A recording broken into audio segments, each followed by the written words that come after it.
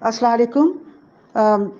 मेरा नाम डॉक्टर शाहिदा वज़ारत है और मैं आपकी तवज्जो पाकिस्तान के मौजूदा माशी बिगड़ते हुए माशी हालात की तरफ करवाना चाह रही हूँ।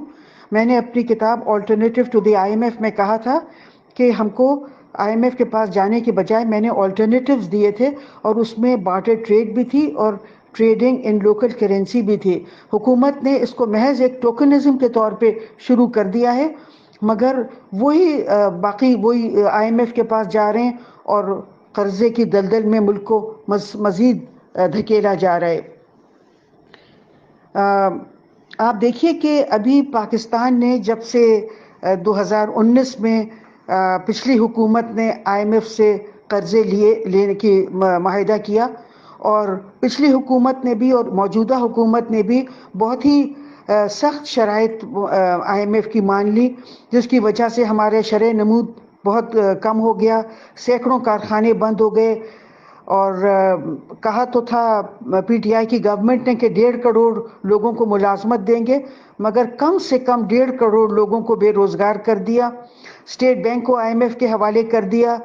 डिवैल्यूएशन और शरह सूद में इजाफे से पैदावारी लागत बहुत बढ़ गई और कर्जों का बोझ बहुत बढ़ गया।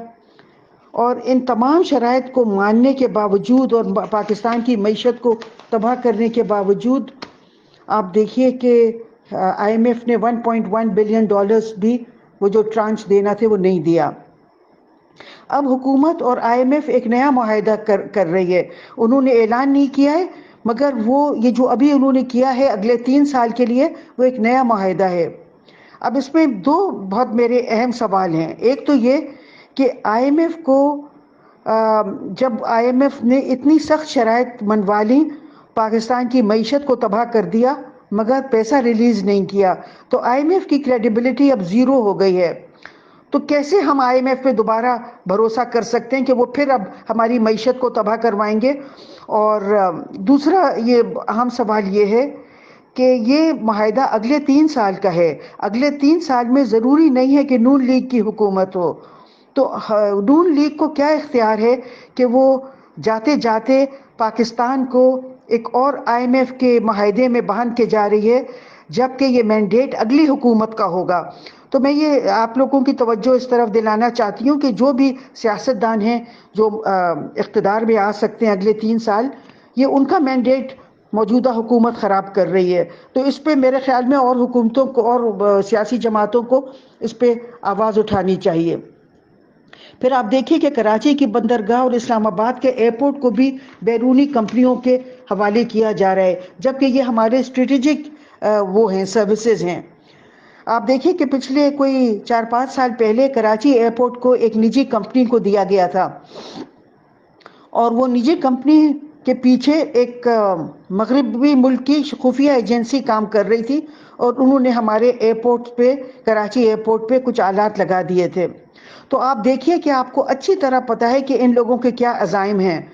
और अब आप कराची की बंदरगाह के 4 वो दे रहे हैं टर्मिनल्स एक UAE की कंपनी को, और फिर इस्लामाबाद एयरपोर्ट उनके हवाले कर रहे हैं निजी वो तो IFC को सुना है उनको दिया जा रहा है।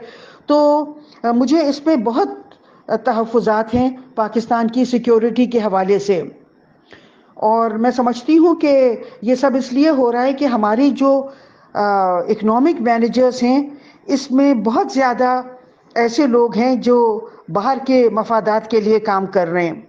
तो मेरी चीफ ऑफ आर्मी स्टाफ से दरख्वास्त है कि ये सब हो रहा है, इससे मुल्क की सालमियत पे बहुत मनफी असरात हो रहे हैं।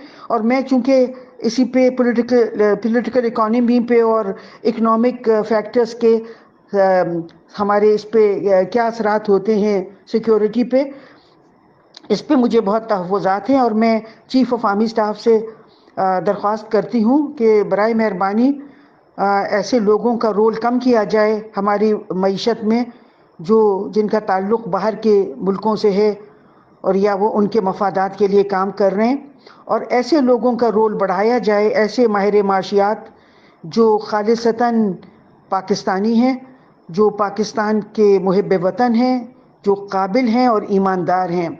अगर आपको इस मुल्क को बचाना है तो आपको इस किस्म के ماہر معاشیات کو اقتدار میں لانا ہوگا تاکہ وہ آپ کو آلٹرنیٹیوز بھی دیں گے اور ساتھ ساتھ ملک کی سیکیورٹی کو بھی ذہن میں رکھیں گے.